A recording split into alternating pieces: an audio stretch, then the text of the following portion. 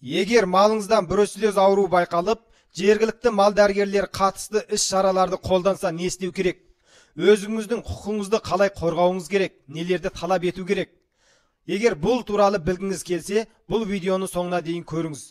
Видеоны бастамас бұрын сіздерге мал шаруашылығы және мал дәрігерлігі туралы құнды ақпарат беріп отырған қазақ тілді Қазбет YouTube арнамызды қолдап, лайк басып, арнаға жазылып, достарыңызбен бөлісіп, қолдап қоюды ұмытпаңыз. Сіздердің қолдауларыңыз біз үшін аса маңызды. Ал енді негізгі тақырыбымызға оралсақ, бруцеллез ауруы мал мен адамға ортақ жұғатын қауіпті жұқпалы ауру. Кейбір пысықтар осы індеттің қауіпті екенін пайдаланып, өз қалтасын қампитуды ойлайды.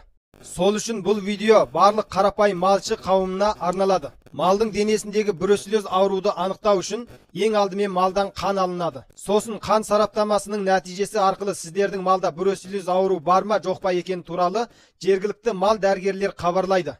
Дәл осы кезде сіздер нелерге көңіл бөлулеріңіз керек? Бірінші, сырған өмірінің сәйкестігіне назар аударыңыз. Екінші, қаны қай уақытта алынғанына қараңыз. Үшінші, лабораторияның оң нәтиже деп печат басқан қағазын талап етіңіз. Әдетте қан сараптамасының нәтижесі теріс, оң және күдікті болып шығады.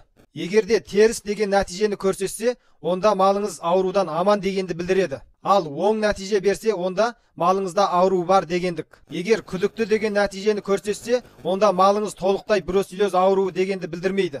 Керісінше, тағыда бір рет қан алып тексеріп, толық сараптамадан өткізу керек дегенді білдіреді. Жоғарыдағы айтылған талаптарды талап етіп қана қоймай, және оның нәтижесін өз көздеріңізбен көрулеріңіз керек. Оның ішіндегі ең негізгісі лабораторияның ауру бар деп растаған, яғни оң нәтиже көрсетті деп печаты басылған қағазды өз көздеріңізбен көрулеріңіз керек. Ал енді ауру бар екені расталды, бірақ оған өздеріңіз сенбей тұрсаңыздар, онда бізде мынадай бруцеллезді анықтайтын тест бар. Осы тестті істету арқылы үй жағдайында малыңызда бруцеллез бар ма жоқ па екенін анықтай аласыздар. Бұл тест бүкіл Европа елдерінің қолданысына енген, яғни Европаның стандартына сәйкес жасалынған. Бруцеллез ауруын 100%-ға анықтай алады.